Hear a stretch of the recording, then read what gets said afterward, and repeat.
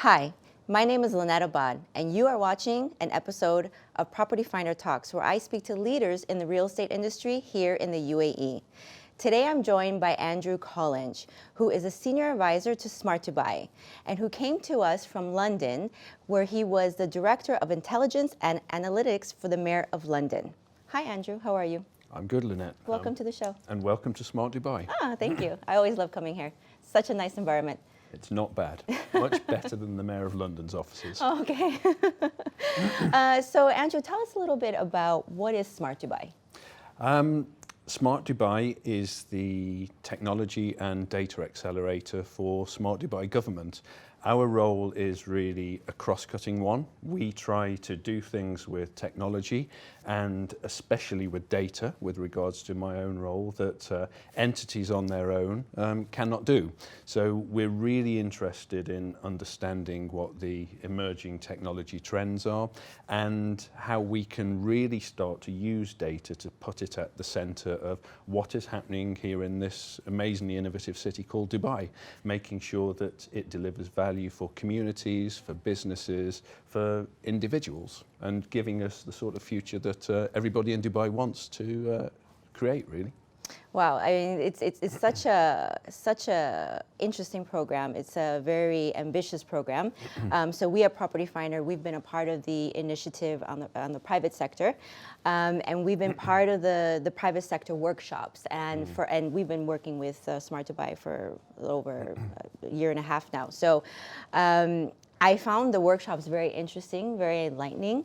Can you talk to us a little bit about how you engage with the private sector and how that whole process works? Yes, of course. And for us, last year was a really pivotal year because in our relatively short history, we'd done a lot of work with the public sector, with the entities here in Dubai, to really understand the data that they held and how it could be used. So 2018 was the year when we started quite an involved discussion, as you say, with the private sector.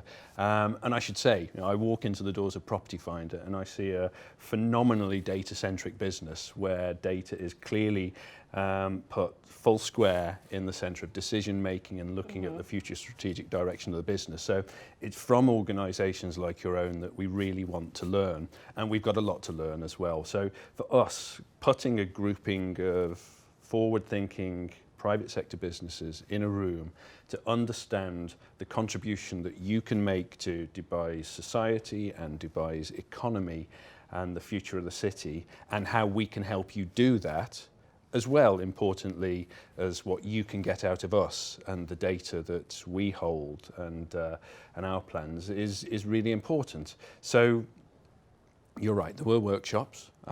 We really enjoyed doing them because, as you say, the discussion got richer and richer as we went through them, and we sort of honed and focused our thinking to a point where we have, I think, 4 strategic themes that hopefully do what or help us deliver on what I just said. So we have data governance, which is not as dull as it sounds. It's really exciting even, because this is where we create the bedrock that leads to all of the other innovation that we believe to be possible. So we're looking at things like AI ethics. AI offers huge potential, but if we don't pay attention to the underpinning governance arrangements, then it just remains as a buzzword, and AI is empty without data as well. So within AI ethics, it's actually really practical governance. We're looking at giving businesses, maybe like Property Finders, who will use AI now and in the future increasingly, with the tools that help them understand how to do AI well in a way that is trustworthy and builds confidence in the future. And that's just got to be good for the economy. We're also looking as well in governance about how we create the right kind of legal frameworks for you to share data with me and vice versa, and for you to share data with other private sector businesses that have similar interests. So that's governance dealt with. I'll speed relatively quickly through the other 3. People and engagement is something that we absolutely have to continue. Again, we're trying to make a reality out of things like data science. We only do that through articulating clearly what those city challenges and what those city opportunities actually are. And then we're trying to put the right groupings of data science skills, of sort of UX skills, legal, policy, frontline service delivery skills around opportunities, again, that will help you do data science better, and that will help us in the public sector learn a little bit about data science as well, because we do not hold the monopoly on data science expertise, not at all. I think the other thing that I'll mention at this point as well is sort of like the underpinning city data technology. One of the major ways in which we're looking to move on our approach to city data management is, as well as having Dubai Pulse, which is the environment into which public sector entities put their data, we want to create an environment where private sector entities will feel comfortable sharing their data under the right circumstances. And that involves us adopting a more decentralized approach where proof of data exchange is supported by the blockchain. It's not about putting data wholesale on the blockchain. But that, we believe, is deeply experimental. Again, it's Dubai, so it is something that we believe to be a world first. It has to be. Of course. But we're really excited by it, and it's one of those things in which we will need help from Property Finder and other similar private sector organisations. Yeah, absolutely. I mean, it's for Dubai is known for being the leader, in the forefront, always being the most innovative and the smart cities. So now we spoke about the private sector. Yeah. Let's talk about the public sector. Yep. And let's talk about the various different government entities that you work with, as well as the type of data that they provide, and how does that whole process work? Okay. Or how has it worked? So far, it's been an open data approach, which starts with us identifying the sorts of data that we believe to be interesting and of value. And here I take some of the experience that I had in London and apply it in a Dubai setting. So issues like mobility, getting around the city of Dubai using various forms of transport is just as big an issue here as it was in London. So relationships with organisations like the RTA are really, really important. Organisations like Dubai Land Department, who again have a really important role in setting out how the city will develop and grow in a sustainable way in the future. So identifying the right sorts of data, persuading them. I mean, we have Dubai. We have Dubai data law, which is the legal underpinning that means that if we need to, then we can sort of ask for that data in more forceful terms. But I think it's really important that we just make a strong, persuasive case about how that data can be used to good ends. So actually, I could tell you that this is a hugely automated process, but a lot of this actually comes down to looking people in the eye and saying, I've got a proposition for you that is about how your data can add value to Dubai now and Dubai in the future. So let's think about how we share that data. Yes, I've definitely seen the change over the last few years. I mean, I've been in Dubai for 12 years. I've been in the prop tech sector the entire time, and I've always been running after data. Yeah. Give me some data, give me some stats, trends, what's happening in the property sector. And it's always been extremely difficult. But ever since Smart Dubai came into the landscape, I would say over the last year and a half, 2 years, I see that the conversation is a lot more easier. And everyone's about transparency, bringing more foreign investment into Dubai. So this is something that's very promising and very encouraging. So how many data sets do you have from the government sector? Okay, from memory, I'm not a great one for stats. You'll be surprised to hear. But I think there are about 200 open data sets on Dubai Pulse, and there are a further 200 data sets also on Dubai Pulse, but which are to which access is controlled by permissions. So that's the sort of data that we consider to be more sensitive. Potentially of a higher value, and that we would categorize as being shared data. So again, if an organisation like Property Finder can make a case for access to that data, then it's our duty to listen to that case and do what we can to make sure that that data is shared in an appropriate fashion. After that, you start to move into the realms of confidential data and sensitive data, which it gets harder to access, and that's right. So we're always trying to strike the balance really between data security, which is hugely important and rightly so, and the upside innovation potential of data and bringing it out into play around proven use cases, really. One of the things that I've learned working with data, and it's actually very surprising, is many entities, many companies do not understand their data, nor do they know how to use their data. And this is something that at Property Finder, we've done a very good job. We have a lot of proprietary data. We know how to use it. We know how to use it within different sectors. We know how to use it with partnerships and collaboration, just to get more intelligence out of it. We recently did an education report, and it was astonishing to me that in the education sector, there's data on the education sector, there's data on the residential sector, and for whatever reason, the two didn't come together, and we have a mismatch now with schools. So that's just one example. What has been your challenge when it comes to talking and having the conversation about data, whether it's with the public entity or the private entities? It's getting people to focus on, I think, discernible end outcomes, getting them to realize the value in the exercise that they have to go through.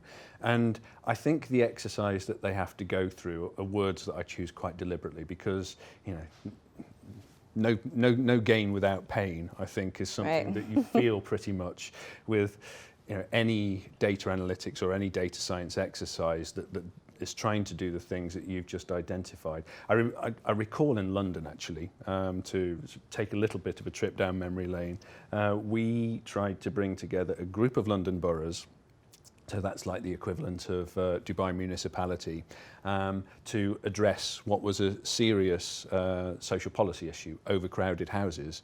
Now, that involved merging data from 5, 6, 7, 8 London boroughs. That data was held differently, in different forms, and quite frankly to different standards as well. So it took us such a long time to do that thing called data wrangling. Probably about 6 months worth of blood, sweat and tears went into a data science exercise that passed by in 1, 2, 3 weeks maximum, I think, and in which I have to say there wasn't a startling end result. We picked up bits of insight along the way, but we didn't crack the issue of overcrowded social housing in London. So I think for me that situation brought a couple of things to the surface. One, do not underestimate the effort that needs to go into the preparation of the data. And then I suppose at the other end of the process, there is that, I suppose, slight fear in the heart of people who work in data that all their hard work isn't always going to bring about stellar results that, in the case of London, impresses the Mayor of London or impresses your political masters. And I think that's one of the sort of things that we have to sort of reset around data science or AI even. It's that we have to sort of tone down the expectations. I'm all for sort of reaching for the stars, but we just have to be clear that sometimes we might not always get there. I mean, it's always trial and error, obviously. And at Property Finder, with our data science team, I constantly see on a daily basis, just working with something maybe that doesn't quite work. Maybe we can add in another data set and see how we can get that final result that we're looking for. But it takes time. It takes time, and it's not easy. It's not easy. And I think what we've tried to do in the last 6 months in Smart Dubai is get people to, around data science projects, really focus on what that sort of policy challenge is or what that city opportunity is that you're trying to address. You really have to start with some quite strong investigations, build your evidence base, sort of identify the pain points and work backwards from there. I think a data specialist's fault is often that they're chasing the perfect algorithm. They're wrapped up in the science when actually what they should have a keener focus on is the motivations of the end customer. So we're really only now starting to build a library of use cases, some of which are sort of quite narrow in their focus, others which represent sort of more systemic change in terms of how we can apply data science across public service provision in Dubai. And that's going to be really exciting. You know, we need to pick on the right sort of skills to make those use cases fly and to turn them into reality. And that is going to involve looking at data engineers, data scientists, understanding actually when we shouldn't get wrapped up in the romanticism of either of those two roles, and understand that we just need a data analyst. Sure. But I'll go back to that point I made a minute ago. We have to focus on the end needs, and Sure. that I think is, you know, where we can improve always. Yes, and so I know there's a lot of low-hanging case studies that we can solve quite a few pain points with, which is something that we at Property Finder are working on. And I'm sure there's other private sectors that can contribute to that, and that's what we're so excited about. And we announced our partnership with Smart Dubai and Property Finder, I would say maybe 4 months ago, and that's something that's very exciting. So that's on the private and public sector. Let's talk about how does all of this, everything that you're doing, help the consumers? How does it help you and I? How does it help our daily life? How does it make life easier here in Dubai? Well, you should see better services. You should have a better city experience. You'll know that there is a Dubai Now app, which is a payment gateway, which is a gateway generally into a wide range of public services and some private services as well. They are, you know, that's a data-driven thing, and we are always looking at how we can acquire new data to improve the user journeys, to get more facilities onto a service like that. But that's what you access through your phone or your computer screen. There are, you know, there's obviously a city out there. There's a physical environment, and there are communities where people are interacting with retail, where they are driving down roads, and you know, and where they are looking to have a good quality of life. There are some pretty common examples around traffic and trying to improve traffic flow through data analytics, for example. I'm really interested in things like air quality and how you look at data science as a way of looking at air quality data and understanding it in finer grained detail, because there's lots of technologies that are now on the market that mean that you can sort of improve the way that you measure air quality and indeed address some of the issues around it. Things like identifying at an early stage where people are sort of in need of care and social care is something also that we're looking to do as well. So there are loads and loads of these use cases. I mean, I think you're right. Some of them are about the things that we would want to do quickly. Others, as I said a couple of minutes ago, are all about systemic change, and they're harder to implement and will require more partners. So things like how we actually plan this city in an intelligent way in the future, using data from Property Finder.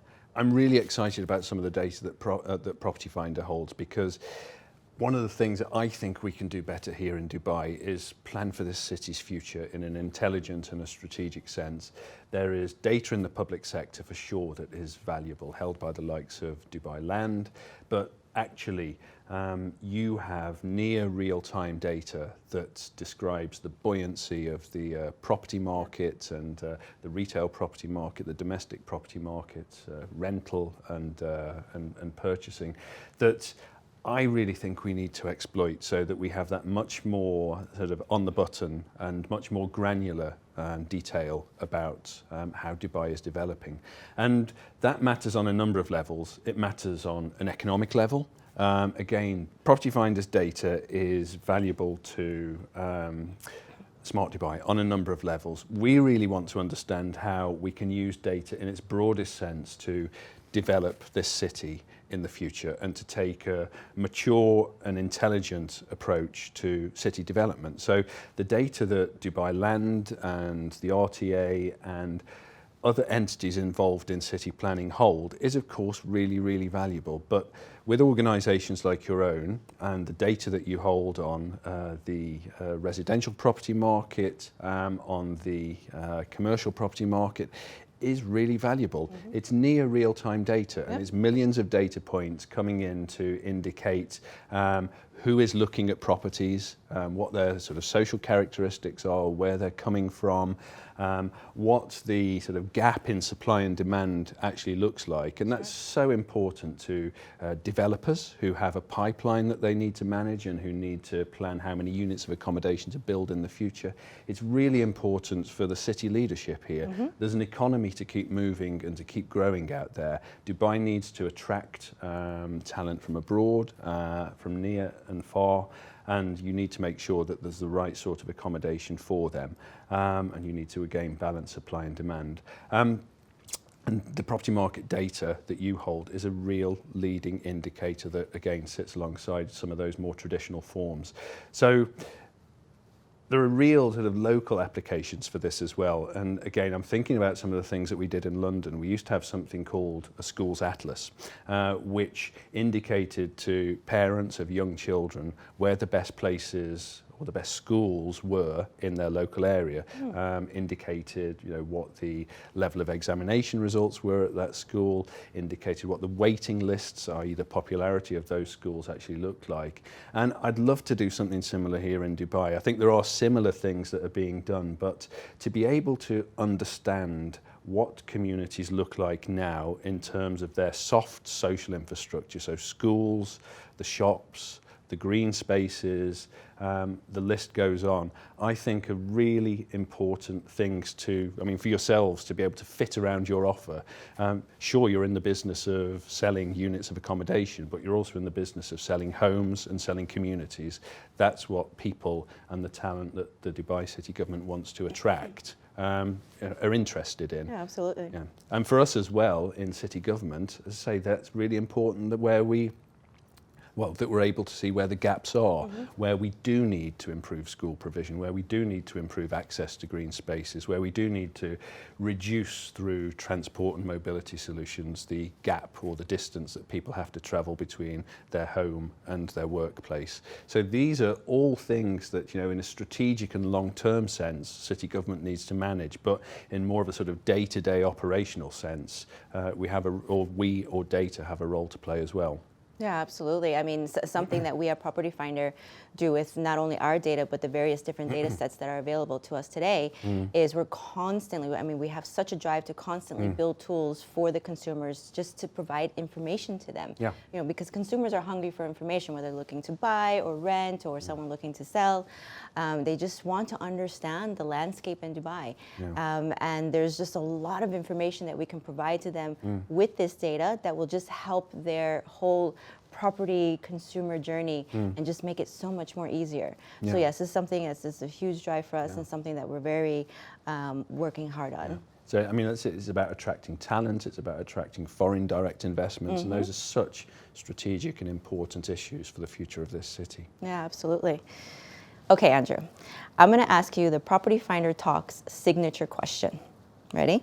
Dun, dun, dun. Okay, if you had unlimited resources, what would you do with the data game here in Dubai? Wow. Okay. Let me see if I can pick two things. One which is practical, the other one of which is maybe a little bit out there, but will one day be achievable. On the near term, I think we have to be ambitious about allowing for the exchange of private sector data or community level data. So decentralized data exchange to me is really important. It's a complement to our centralized approach, and it will increase the liquidity of data in the city data market and will allow us to make sure that AI is not just an empty vessel and it becomes a real application that we can use to improve services in the city with quite immediate effect. In the longer term, I'm going to go back to that sort of strategic city planning tool. I think, and again, there's a really important message here about how city government collaborates with organisations like Property Finder.